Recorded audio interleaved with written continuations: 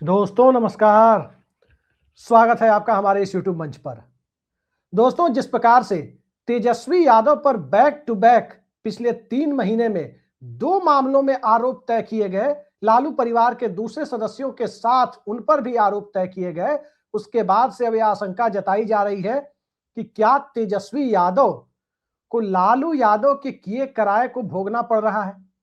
और यदि चाहे लालू यादव का किया कराया हो या किसी और का किया कराया हो या फिर तेजस्वी यादव की खुद की संलिप्तता हो, जिसे मैं व्यक्तिगत तौर पर नहीं मानता, क्योंकि तेजस्वी यादव पर जिन मामलों में चार्ज फ्रेम किए गए हैं उस वक्त तेजस्वी यादव न तो राजनीति में थे और न ही कोई सार्वजनिक पद पर थे। लिहाजा अगर तेजस्वी यादव चाहे आईआरसीटीसी मामला हो चाहे लैंड फॉर जॉब वाला मामला हो, इन दोनों मामलों में सजा याफ्ता होते हैं तो राजनीतिक करियर पर, चुनावी करियर पर पूर्ण विराम लगना तय है। सवाल यह उठता है कि इस परिस्थिति में बिहार की राजनीति किधर जाएगी। उससे भी बड़ा सवाल यह है कि इन दोनों मामलों में तेजस्वी यादव पर चार्ज फ्रेम करने के बाद जो नीतीश कुमार की राजनीति रही है कि बिहार में राजद और भाजपा के बीच में संतुलन साधे रखने की, क्या वो संतुलन की स्थिति अब नीतीश कुमार के पक्ष में झुकी नहीं रहेगी? क्योंकि राष्ट्रीय जनता दल का विधायक दल इतना छोटा तो जरूर है कि उसे तोड़कर यदि चाहे तो नीतीश कुमार अपने साथ सफलतापूर्वक लेकर जा सकते हैं, लेकिन उससे सत्ता सिर्फ 5 साल की बच सकती है। इस विधानसभा के कार्यकाल में नीतीश कुमार की सत्ता इस तोड़फोड़ के गणित के सहारे बच सकती है, लेकिन अगली चुनावी लड़ाई भाजपा बनाम नीतीश कुमार की पार्टी होना तय हो जाएगा। जब सामने से राष्ट्रीय जनता दल की महत्वपूर्ण भूमिका दिखाई नहीं देगी तो मुसलमान वोटर क्या करेंगे और यादव वोटर क्या करेंगे? एमवाई समीकरण के वोटर किस दिशा में जाएंगे? यह एक बड़ा सवाल है। और इस सवाल के इर्द गिर्द एक बड़ा सवाल यह भी है कि क्या बड़े सुनियोजित तरीके से राष्ट्रीय जनता दल को बिहार की राजनीति में किनारे लगाने की कोशिश हो रही है। उत्तर प्रदेश में एक बड़ी पार्टी को किनारे लगाया गया, दलित चेतना को जगाने वाली पार्टी को किनारे लगाया गया। किस दबाव में लगाया गया, किस प्रकार से दबाव में लेने की कथित कोशिशें हुई, वो किसी से छुपी हुई नहीं है। लेकिन जहां तक मामला बिहार का है, बिहार के मामले में तो आरोप तय करने की हद तक जाने की नौबत आ गई। तो अब बिहार की राजनीति में किस तरह के मोड़ आने की संभावना है और राष्ट्रीय जनता दल से लेकर नीतीश कुमार, जहां दोनों एक दूसरे के राजनीतिक भविष्य को बचाए रखने के लिए एक अघोषित ही सही लेकिन साझा राजनीति करते रहे हैं, उस साझा राजनीति की साझी विरासत का अब क्या होगा? इसी सवाल पर चर्चा के लिए आज हमारे साथ मौजूद हैं वरिष्ठ पत्रकार और जाने माने राजनीतिक विश्लेषक ऋषि मिश्रा जी। ऋषि जी, बहुत बहुत स्वागत है आपका हमारे इस यूट्यूब मंच पर। सीधा सवाल आपसे, सबसे पहला सवाल, तेजस्वी यादव पर आरोप फ्रेम करने का मकसद आप भी समझते हैं कि चाचा के बचाव में नहीं आना है। अगर भारतीय जनता पार्टी नीतीश कुमार के साथ कोई खेल करती है तो उनके बचाव में नहीं आना है। और दूसरा, भारतीय जनता पार्टी यदि शांतिपूर्वक बिहार की सत्ता हस्तांतरण की कोशिश करती है, अपना मुख्यमंत्री बनाने की कोशिश करती है, तो राष्ट्रीय जनता दल उसमें न्यूट्रल गियर में रहे। लालू यादव संसद में खुद ही कहा करते हैं कि न्यूट्रल गियर में कोई गाड़ी चलती नहीं है। तो क्या राजद के विधायक तेजस्वी यादव भले अगर न्यूट्रल हो जाएं, लेकिन राजद के विधायक क्या न्यूट्रल गियर में जाने के लिए तैयार आपको दिखते हैं? किस तरह का पॉलिटिकल सिनेरियो उभरता हुआ दिखाई दे रहा है? क्योंकि दो ही बड़ी पार्टियां हैं, एक 85 वाली है, एक 89 वाली है।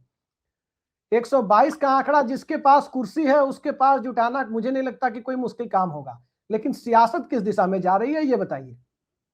देखिए, गठबंधन की राजनीति के दौर में खासकर यदि बिहार की बात करें तो नीतीश कुमार कभी नहीं चाहेंगे कि राजद कमजोर हो। जेडीयू की प्रासंगिकता गठबंधन की राजनीति में तब तक है जब तक विपक्ष भी मजबूत है। विपक्ष मतलब राजद, वर्तमान का विपक्ष। और जो विधानसभा चुनाव में जो नतीजे आए हैं उससे तो स्पष्ट है कि राजद बिल्कुल मतलब एक तरह से रसातल में जा रही है। और ऐसी स्थिति में नीतीश कुमार नहीं चाहेंगे कि कोई बड़ा मतलब जो झटका है राजद को लगे, क्योंकि देखिए नीतीश कुमार की प्रासंगिकता तब तक है जब तक वो इधर भी जा सके और इधर भी जा सके, या आपके भाषा में कहें उनको इधर ला सके, ना हो तो उनको इधर ले आए। मतलब स्टेपनी बदलने का जो जो जो परिस्थितियां हैं वो बना रहे। नीतीश कुमार आज 20 सालों से, करीब 20 सालों से अधिक बिहार की राजनीति में प्रासंगिक क्यों बने हुए हैं? प्रासंगिक एक तो अपने कामों के आधार पर भी बने हुए हैं, दूसरी तरफ किसी भी पार्टी को यदि विगत 20-25 सालों में देखे तो बिहार की जनता ने मैंडेट नहीं दिया है। गठबंधन की राजनीति का दौर है। जहां तक राजद की बात है, तेजस्वी यादव बिहार लौटे हैं, लेकिन जिस प्रकार से तेजस्वी यादव का घेराबंदी हो रहा है बीजेपी की तरफ से, परिवार में भी देखिए जो रोहिणी आचार्य का अलग रुख है, मीसा भारती का कुछ अलग रुख है। पहले राजद में एक ही गुट होता था, लालू गुट, और लालू ही सर्वोच्च नेता हुआ करते थे। हालांकि आज भी तेजस्वी यादव के हाथों में कमान है, लेकिन कहीं न कहीं जो अन्य संतान इनके हैं लालू राबड़ी के, वो भी राजनीति में अपनी हिस्सेदारी सुनिश्चित करना चाहते हैं। मीसा भारती का अलग गुट है, रोहिणी आचार्य का अलग गुट है। रोहिणी आचार्य वाला एपिसोड चुनाव के नतीजा है, उसके बाद आपने देखा ही होगा। और कल भी उन्होंने जो बयान दी है, तो कहीं न कहीं एक तरफ कोर्ट कचहरी का चक्कर, दूसरी तरफ ईडी, सीबीआई, इनकम टैक्स के सहारे घेराबंदी। आपने बिल्कुल बहुत बेहतरीन एग्जाम्पल आपने दिया मायावती का, किस प्रकार से मायावती को यूपी में मतलब एक तरह से खत्म कर दिया गया है। आप समझ जाइए, जिस पार्टी का पैन इंडिया, कम से कम उत्तर भारत में इम्पैक्ट अपना होता था, उस पार्टी को यूपी में किस प्रकार से समेट दिया गया है। क्या कारण है? क्योंकि मायावती का जो अपना आधार है आज भी उनके साथ है, फिर भी मायावती उस फोर्स से, उस ताकत से चुनाव नहीं लड़ती है या उस प्रकार से राजनीति नहीं करती है। और मैंने पहले भी कहा कि क्या तेजस्वी यादव या राजद पूरे तन मन धन से चुनाव इस पर लड़ी थी? क्योंकि आप पिछले चुनाव का भी आप देखें तो जो रैलियों की जो संख्या थी इस चुनाव में, उस अनुपात करीब आधी रही। तो कहीं न कहीं मुझे लग रहा है कि तेजस्वी का भी घेराबंदी किया जा रहा है। तेजस्वी कुछ खुद भी ऐसा उन्होंने निर्णय लिया जिससे पार्टी कमजोर हुई। 4-5 लोगों से वो घिरे हुए हैं। उनको लालू यादव की तरह राजनीति करनी होगी, जमीनी स्तर की राजनीति करनी होगी, कार्यकर्ताओं से संवाद करना होगा। पूरे बिहार के दौरे पे उनको निकलना चाहिए। जैसे वो चुनाव हारे, वो विदेश के दौरे पे चले गए, घूमने चले गए। उनको उसी समय हारने के तुरंत बाद अपने क्षेत्र में निकल जाना चाहिए था, कार्यकर्ताओं के बीच संवाद करना चाहिए था। जिस प्रकार से उनके कार्यकर्ताओं में एक निराशा मतलब जो डेवलप हुआ है, वो कहीं न कहीं राजद के लिए चिंताजनक है। और खासकर यदि राजद कमजोर होती है तो उसका असर गठबंधन की राजनीति, चाहे वो नीतीश कुमार हो, बीजेपी हो या अन्य पार्टी हो, उन पे भी पड़ेगा। और बीजेपी, जेडीयू और राजद कभी नहीं चाहेगी कि बीजेपी अपने बलबूते सरकार बनाए। देखिए, दोनों का कॉमन दुश्मन कौन है? बीजेपी है। बीजेपी एक बार एस्टेब्लिश कर जाती है तो उसको उखाड़ना मुश्किल हो जाएगा। इस बात को आप समझ लीजिए। एक साथ दो चीजें हैं ऋषि जी, एक साथ दो चीजें हैं। पहली चीज ये है, देखिए लालू यादव एक टावरिंग फिगर है, इस बात से आप इनकार नहीं कर सकते। बिहार की राजनीति में मतलब हम लोगों के होशो हवास में लालू यादव से बड़ा पॉलिटिकल करिश्मा किसी का नहीं रहा है। किसी एक दल को बहुमत मिला है तो भले ही वो जनता दल था, चक्कर छाप 1995 में, तब राजद नहीं था, लेकिन लालू यादव के चेहरे पर ही जनता दल को 163 के बहुमत के आंकड़े से, तब बिहार झारखंड एक ही था, 324 की विधानसभा में 167 सीटें, साधारण बहुमत ही सही, लेकिन एकमात्र बहुमत अगर किसी को पिछले 30-35 सालों में मिला है तो लालू यादव को मिला है, एक दल को मिला है तो। और लालू यादव का एक अपना करिश्मा रहा है।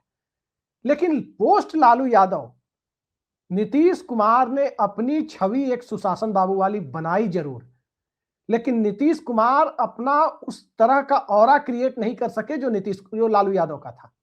नीतीश कुमार की चुनावी संभावनाओं को लालू यादव सामने से लड़े, जीते हारे अपनी जगह, लेकिन नीतीश कुमार के साथ क्या था कि चेक एंड बैलेंस की राजनीति करना उनकी मजबूरी इसलिए थी क्योंकि जातीय राजनीति के दौर में नीतीश कुमार एक ऐसे सामाजिक समूह से आते हैं जिस सामाजिक समूह का आधार बहुत छोटा है, जनसंख्या बड़ी कम है, लिहाजा संतुलन की राजनीति को साध के रखना नीतीश कुमार की मजबूरी है।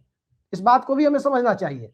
अब उस संतुलन में जो दूसरा पहिया है उसका गला दबाने की कोशिश हो रही है, अगर बहुत साफ साफ कहे तो।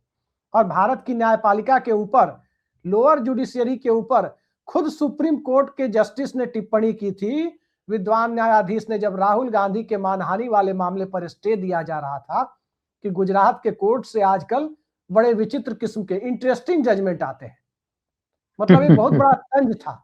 तो आज की तारीख में न्यायपालिका के फैसलों के ऊपर न्यायपालिका ही तंज कर रही है। अब आप देखिए, हाल ही में जो ये मामला उमर खालिद वाला जमानत वाला था, 1 साल के अंदर पुलिस को और जांच एजेंसियों को बताना है कि इसमें क्या क्या कौन संलिप्त है नहीं है। मतलब 1 साल तक उमर खालिद बेल के लिए अपील नहीं कर सकते, वैसे ही 5-6 सालों से वो बंद है। ये सर्वोच्च न्यायपालिका का फैसला है, सुप्रीम कोर्ट का। जस्टिस चंद्रचूड़ कहते थे, चीफ जस्टिस जब थे, कि न्यायपालिका के फैसले से कोई सहमत हो तो उसकी भी आलोचना होनी चाहिए। हम आलोचना नहीं कर रहे, लेकिन सवाल उठाने और असहमत होने के अपने नागरिक के तौर पर अधिकार का उपयोग तो कर ही रहे हैं कि भाई ये हमें कम से कम व्यक्तिगत तौर पर मुझे समझ में नहीं आया कि ये क्या है।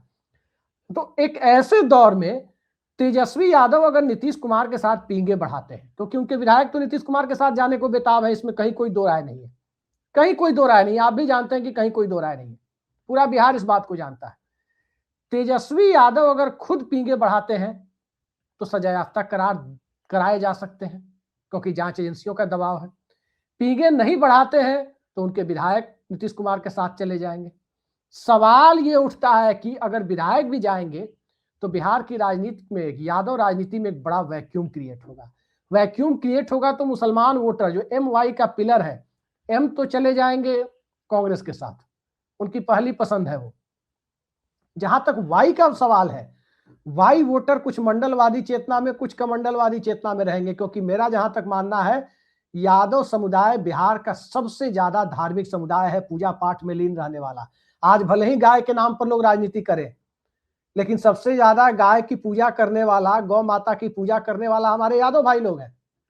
इस बात से हम इनकार नहीं कर सकते जी। तो सवाल ये है कि वो राजनीति किधर जाएगी, ये एक सवाल। उसी पर बीजेपी की भी नजर बताई जाती है बिहार में। नित्यानंद राय को बड़े करीने से आगे बढ़ाया गया है। तो सबसे बड़ा सवाल यहां पर यह उठता है, देखिए ये सवाल हम इसलिए आपसे कर रहे हैं ऋषि जी, क्योंकि नीतीश कुमार का पॉलिटिकल फ्यूचर भी बहुत लंबा नहीं है। इस विधानसभा के कार्यकाल में वो 5 साल मुख्यमंत्री रह गए, क्योंकि बहुमत का आंकड़ा विधानसभा गणित ऐसा है कि वो रह जाएंगे, लेकिन 5 साल के बाद वो बहुत बड़ी भूमिका निभाने की स्थिति में नहीं है। इस बात को सभी जानते हैं। और जब वो बड़ी भूमिका निभाने की स्थिति में 5 साल बाद नहीं है, तो जनता दल यूनाइटेड का फ्यूचर लीडरशिप उन्हें खड़ा करना होगा। फ्यूचर लीडरशिप खड़ा कर पाएंगे नहीं खड़ा कर पाएंगे, एक दूसरा और बड़ा सवाल है। तो इस परिस्थिति में बिहार भाजपा के हाथों, चलिए नीतीश कुमार से आप क्या एश्योरेंस चाह सकते हैं? यही चाह सकते हैं कि इस विधानसभा के कार्यकाल में भाजपा का मुख्यमंत्री न बन पाए। उसके आगे तो नीतीश कुमार कुछ कर पाने में सक्षम नहीं है। अब उसके आगे की परिस्थितियों के लिए अब क्या आपको दिखाई देता है? देखिए, एक आपको बड़ी खबर दे दूं, मकर संक्रांति के बाद नीतीश कुमार यात्रा पे निकल रहे हैं, और संभवतः यदि मैं सही हूं तो, यदि मुझे जो खबर मिली है उसके अनुसार, उस यात्रा में निशांत नीतीश कुमार के साथ बिहार के दौरा पे जाएंगे जी। और ये मैं मतलब बहुत ही जो नीतीश कुमार के करीबी लोग हैं उनके द्वारा मुझे मतलब खबर प्राप्त हुई है कि निशांत का मकर संक्रांति के बाद जो नीतीश कुमार बिहार के दौरा पे निकल रहे हैं, संभवतः उस दौरे पर नीतीश कुमार के साथ निशांत हो, और निशांत की पॉलिटिकल लॉन्चिंग हो सकती है। और संभवतः ये भी चर्चा है कि कार्यकारी अध्यक्ष या अध्यक्ष निशांत कुमार को बनाया जा सकता है। एक खबर बता दी आपको। दूसरी बात, आपने लालू यादव की बात की, तो आज भी यदि आप गठबंधन नहीं, यदि पार्टी वाइज देखेंगे, तो सबसे अधिक इस चुनाव में, इस विधानसभा चुनाव में सबसे अधिक किसी पार्टी को वोट मिला है वो है राजद। आज भी वोटों के आधार पे राजद सिंगल लार्जेस्ट पार्टी है। पिछले विधानसभा से ज्यादा वोट महागठबंधन को मिला है। बिल्कुल। तो उस चीज को तेजस्वी यादव को कैश करना है। आज भी बीजेपी के लिए जो बड़ा चैलेंज है वो राजद है। मैं रोकना चाहता हूं ऋषि जी, आपको रोकना चाहता हूं। 2016 के बंगाल विधानसभा चुनाव में वाम मोर्चे को 34.5% वोट मिले थे। 34.5%। 16 के विधानसभा में, और 5 साल बाद 21 में 5% वोट भी नहीं मिले। तो वो मैं मिला है वो अस्थायी नहीं हो सकता। वही चीज मैं कह रहा हूं कि उस चीज को तेजस्वी यादव को मेंटेन करना होगा।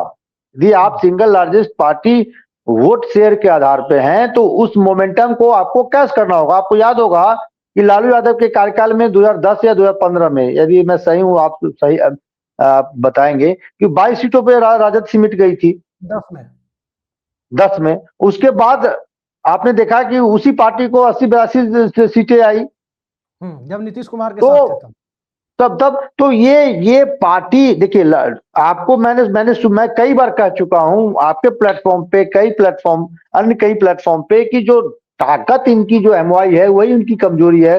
और तेजस्वी यादव को यदि बिहार के राजनीति में अपनी प्रासंगिकता बनाए रखना है तो आपको एमवाई से आगे सोचना होगा। और सिर्फ सोचना नहीं होगा, ग्राउंड पे दिखना भी चाहिए। लोगों का विश्वास जीतिए। ठीक है, आप 1-2 लोगों को टिकट दे देते हैं। लोकसभा चुनाव में आपने 2-3 सीटों पे प्रयोग किया, कुशवाहा समाज के लोगों को टिकट दे दिया। कुछ जगह आपने फॉरवर्ड में भूमिहार हैं या राजपूत हैं उनको टिकट दे दिया। लेकिन जमीनी स्तर पे जो आम आवाम है, जो वोट करते हैं, जो आपके मतलब रहनुमा है एक तरह से, उनका कॉन्फिडेंस जितना होगा। और उनका आज भी आप ग्राउंड पे जाइए, क्योंकि मैं तो ग्राउंड पे रहा हूं अभिषेक जी, कि वर्तमान सरकार से बहुत से चीजों पे नाराजगी होने के बावजूद भी वह मतदाता राजद के साथ नहीं जुड़ना चाहती है। क्यों नहीं जुड़ना चाहती है? तो मैंने शुरू में ही कहा, जो एमवाई इनकी ताकत है वही उनकी कमजोरी है। जो लालू यादव के सरकार का या राबड़ी देवी कार्यकाल का जो लेगेसी है, ये उनके लिए एक बोझ है। हालांकि कमजोरी भी है। हाँ, हालांकि बिहार के आम आवाम को यह समझना चाहिए, जो उनके माता पिता के कार्यकाल में हुआ उसका पनिशमेंट आप उसके बेटे को नहीं दे सकते हैं। ऋषि जी, आप जो बात कह रहे हैं, मुझे पाकिस्तान के एक बैट्समैन हुआ करते थे हम लोग के स्कूल के दिनों के, इंजमामुल हक, वो याद आते हैं। वो पाकिस्तान की बैटिंग की रीढ़ की हड्डी भी थे, ताकत भी थी और कमजोरी भी थे। वही रन बनाते थे, सबसे बढ़िया बॉल बैटिंग भी वही करते थे, लेकिन या तो खुद रन आउट होते थे, नहीं तो 1-2 खिलाड़ियों को रन आउट करा देते थे। वही स्थिति हो गई है मौजूदा दौर में। आप देखें तो राष्ट्रीय जनता दल में लालू यादव की विरासत की, लेकिन इसके साथ एक सवाल और नथी होता है। जैसे परिवार में तो संपत्ति का बंटवारा होता है, चलिए ठीक है, होना भी चाहिए, जिसका हिस्सा है उसको मिलना चाहिए। लेकिन राजनीतिक विरासत में जो ये बंटवारे की कोशिश लालू परिवार में है, आप देखिए मुलायम सिंह यादव के 2 बेटे, अखिलेश यादव, प्रतीक यादव, विरासत अखिलेश यादव को मिली और वहां कोई दिक्कत नहीं है, पार्टी चल रही है ठीक ठाक से। लालू यादव की पार्टी में देखा जा रहा है राजनीति, लालू यादव के बेटे तेजस्वी यादव को उन्होंने कमान सौंपी। कायदे से तेजस्वी यादव के पक्ष में सबको एकजुट होना चाहिए था, लेकिन वहां अब कहा जा रहा है, जिसे कुछ लोग कहते हैं, मैं नहीं जानता और मैं कह भी नहीं रहा कि यह सही बात है, विरासत की लड़ाई है या नहीं है, लेकिन जो खबरें आती है, विरासत में हिस्सेदारी मीसा भारती को भी चाहिए, विरासत में हिस्सेदारी रोहिणी आचार्य को भी चाहिए, विरासत में हिस्सेदारी तेज प्रताप यादव को भी चाहिए। इस तरह की जो कवायद है इस पूरी राजनीति में, क्या इससे भी तेजस्वी यादव का बेड़ा गर्क हुआ है? बिल्कुल, देखिए तेजस्वी यादव का भी जो अप्रोच है उतना मतलब लचीला नहीं है। आप राजनीति में हैं, यदि आपका पहला एम ये होना चाहिए कि कैसे भी राजद सत्तासीन हो। तेजस्वी यादव का मेन एम गोल ये होना चाहिए कि वो अपने आप को साबित करे बिहार की राजनीति में। फिर जो है भाई बहन का जो राजनीति में इक्वेशन होता है उसको आप सेट करते।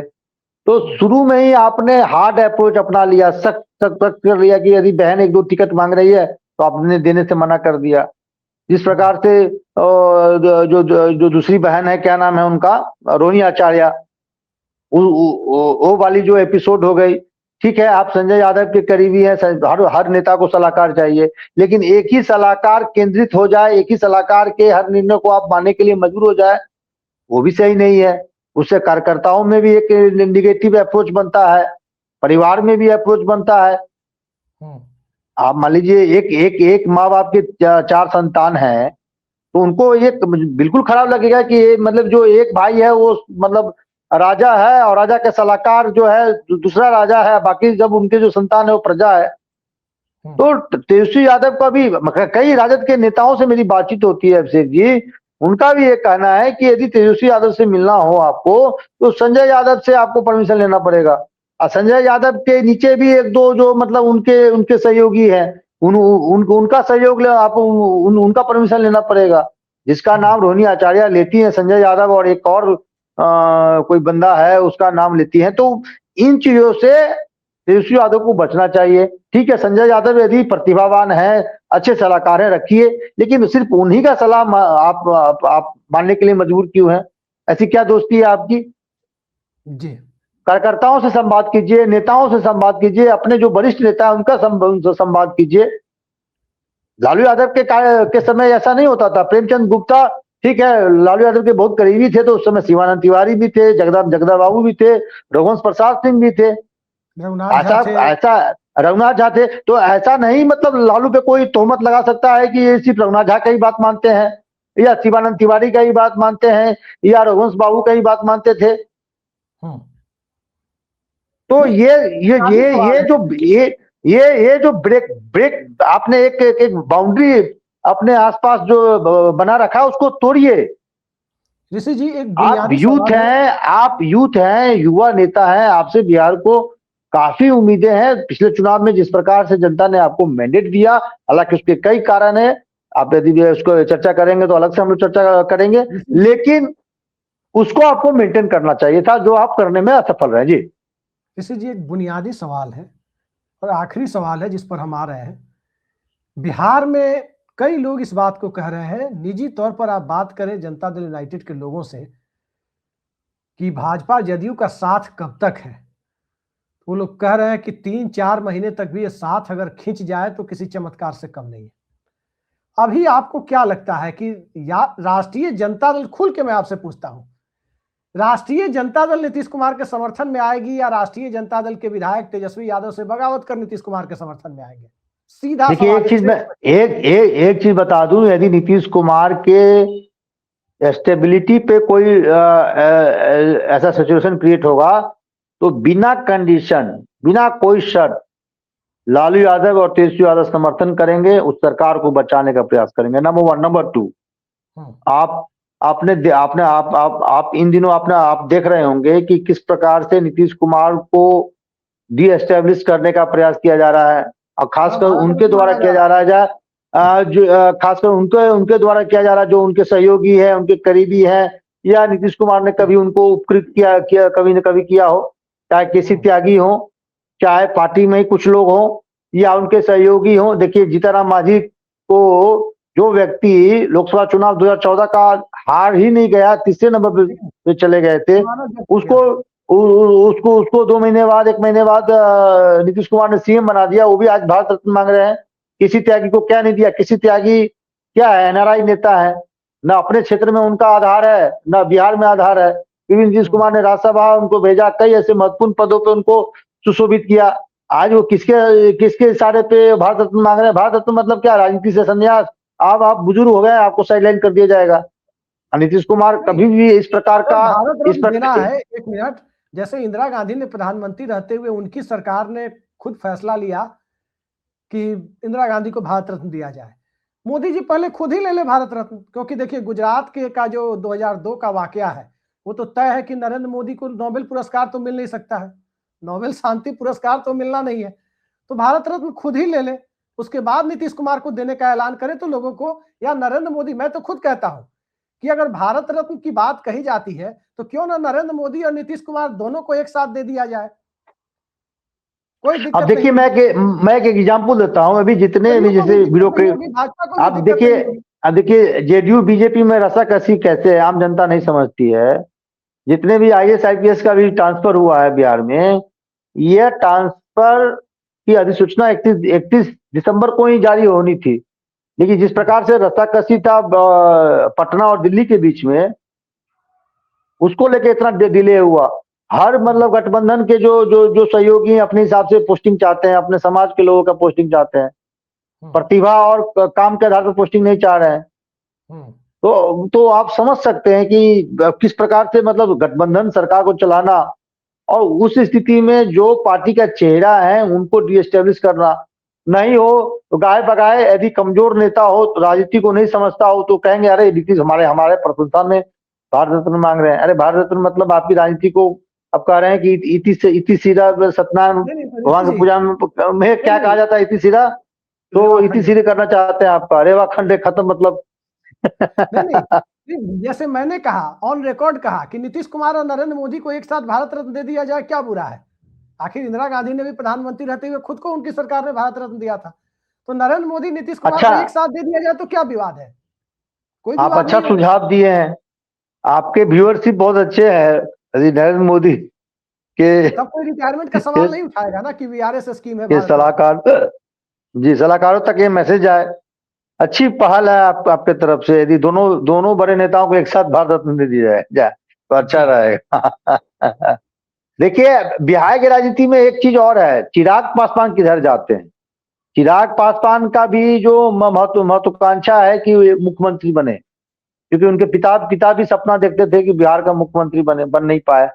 अब चिराग पासवान ये सपना पाले हुए हैं कि एक दिन हमें बिहार का मुख्यमंत्री बनना है। उस स्थिति में जब मतलब जेडीयू पीछे हटती है, बीजेपी फ्रंट पे आती है, फिर चिराग पासवान का अप्रोच क्या होता है? क्या चिराग पासवान उसी प्रकार से मोदी के हनुमान बने रहेंगे, या नीतीश कुमार के फिर हनुमान हो जाएंगे, या जी, तो हमें तेजस्वी ये यादव के बता दीजिए हनुमान ना हो ऋषि जी, जाएंगे? चलते चलते ये जी, बता ही दीजिए कि चिराग पासवान का विधायक दल चिराग पासवान के साथ कितने दिनों तक है? क्या ये बात चिराग पासवान को पता है? क्या वो अब गारंटी ले चिराग सकते हैं पासवान, विधायक दल की? देखिए, अब चिराग पासवान कितना गंभीर राजनीति करते हैं कहने की जरूरत नहीं है। लेकिन यदि 19 विधायकों में से यदि आप मुझसे पूछेंगे तो 12-13 विधायक तो हमेशा टूटने के तैयार हैं। सिर्फ वो तोड़ने की शक्ति चाहिए। जो तोड़ने वाले दल हैं उनको उतना ताकत चाहिए, प्रलोभन चाहिए, आराम से टूट जाएंगे। कोई बड़ी चीज नहीं है छोटे पार्टी को तोड़ना। उपेंद्र कुशवाहा का आपने देखा ही कि जैसे ही उन्होंने जी अपने पुत्र को मंत्री बनाया, तीनों विधायक बगावत बगावत पे उतर आए हैं। हम्म, तो राजनीति में सबको सत्ता चाहिए, सबको तो कुर्सी का सुख चाहिए। किसी के कोई कोई किसी के मतलब खूंटे से बंधा हुआ नहीं होता। आपको याद होगा सोनिया गांधी जब प्रधानमंत्री पद लेने से इनकार कर दी तो एक जो नेता थे, आपको याद होगा, पेड़ पर चढ़ गए और पिस्तौल अपने मतलब यहाँ लगा लिए थे, और वो कुछ दिनों के बाद पार्टी छोड़ के दूसरे पार्टी में चले गए। तो कहाँ वफादारी चली गई? जी तो राजनीति में मतलब किसी का कोई सगा या वफा नहीं होता है, सत्ता जी चाहिए। सत्ता नहीं, देखिए सत्ता यदि मिलेगा तो कहीं भी जा सकते हैं। एक बात साफ गोई के साथ कह दूं चलते चलते, बिहार में जो अंक गणित है विधानसभा का, उसमें जदयू और भाजपा में टूट संभव फिलहाल दिखाई नहीं देती, क्योंकि उनको तोड़ने के लिए उनका 2/3 बहुत बड़ा होता है, 58-60 विधायकों का होता है, वो तोड़ना संभव नहीं है। लेकिन बाकी जो भी पार्टियां हैं, राजद से लेकर बसपा तक जो भी पार्टियां हैं, उसमें चिराग पासवान की पार्टी भी है, उसमें राहुल गांधी की कांग्रेस पार्टी भी है, जो भी पार्टियां हैं उनके विधायक दल को तोड़ना सत्ता के लिए कम से कम मौजूदा दौर की जो रवायत है वो कोई बहुत मुश्किल काम नहीं है। क्योंकि आज के नेताओं में अगर वामपंथी दलों के विधायकों को छोड़ दें, अपवाद मान ले, तो आज के दलों में चाहे भाजपा हो या राजद हो या कांग्रेस हो, किसी भी पार्टी के नेता भले ही, शीर्ष नेतृत्व भले ही विचारधारा पर चलने वाली हो, नीचे के विधायक कब कौन किसके साथ चले जाएं, किस पाले में कब दिखाई दे, वो कहना बड़ा मुश्किल है। तो छोटे दलों के विधायक दल में 2/3 का आंकड़ा भी बहुत छोटा होता है, जो दल बदल कानून के लिए जरूरी है उसको धता बताने के लिए। लिहाजा अब चिराग पासवान हो या तेजस्वी यादव, सबको अपने विधायक दल की चिंता है। राहुल गांधी की पार्टी के 6 में से 3-4 कब कहां चले जाए, इसको लेकर एक अलग से सवाल है। लेकिन ऋषि जी जो बात कह रहे हैं, निश्चित तौर पर बिहार की राजनीति का जो संतुलन 90 के दशक से बना हुआ था, 1990 में जब लालू यादव आए तब वो भाजपा और कांग्रेस के बीच संतुलन साध रहे थे। लेकिन 97 के बाद से राबड़ी देवी के कार्यकाल से जो संतुलन की गुंजाइश बनी, वो लालू यादव और नीतीश कुमार के बीच बनी कि कैसे भाजपा और कांग्रेस को बिहार में घुसने से रोकना है, how to check BJP and Congress. इस स्ट्रेटजी पर मंडलवादी धारा के दोनों नेता किसी अलिखित समझौते की भांति आगे बढ़ते रहे। अब बिहार की राजनीति में उस अलिखित समझौते को तोड़ने, उस राजनीतिक समझदारी को ब्रेक करने के लिए एक तरफ जांच एजेंसियां हैं तो दूसरी तरफ कुछ और खेल चल रहा है, तीसरी तरफ उसमें भारत रत्न की भी एंट्री हो गई है। तो देखते जाइए क्या होता है। इतना जरूर है ऋषि जी, संक्षिप्त तवज्जो आपकी चाहूंगा, बताइए कि कब तक का ये भाजपा जदयू का रिश्ता टिका रहेगा? अब देखिए, अब मैं तो ब्रह्मा जी तो हूं नहीं नरेंद्र मोदी की तरह, लेकिन जल्द ही आपको ये खटपट देखने को मिलेगा, क्योंकि बीजेपी नहीं, बिहार में ये खटपट समझ, देखने को नहीं मिलता है ऋषि जी, एक ही बार में ब्रेक हो जाता है। अब ये तो अंदर अंदर खाने तो खटपट, मतलब यदि ऐसा ऐसा होगा अंदर खाने तो मतलब खिचड़ी जरूर पक रही होगी। आपने देखा गाय बगाए कुछ दिन पहले, आपने देखा ही अमित शाह ने कैसे जेडीयू के दो नेताओं को, एक ब्यूरोक्रेट्स चलिए, को आपने दिल्ली कह दिया, मेरा समय भी हो रहा है। तलब किया था। हमने मान लिया कि खिचड़ी अंदर खाने पक रही है, तो खिचड़ी के साथ दही, अचार, पापड़ की भी जरूरत होती है। और बिहार की जनता ने जो जनादेश दिया है, उसमें भाजपा और जदयू को छोड़कर सभी दलों को खिचड़ी टाइप दर्जा नहीं दिया है, बल्कि वो दही, अचार, पापड़ टाइप ही छोटा छोटा विधायक दल का दर्जा देकर भेजा है। अब देखते हैं किसकी थाली में खिचड़ी के साथ दही, अचार और पापड़ देखने को मिलता है। खिचड़ी के और चार घी यार घी और घी, घी, दही, पापड़, अचार, ये कहां से कब देखने को मिलता है, अब देखते जाइए। ऋषि जी, बहुत बहुत धन्यवाद आपका, आपने समय निकाला और बिहार की संपूर्ण परिस्थितियों पर बड़ी सार्थक चर्चा की। नमस्कार।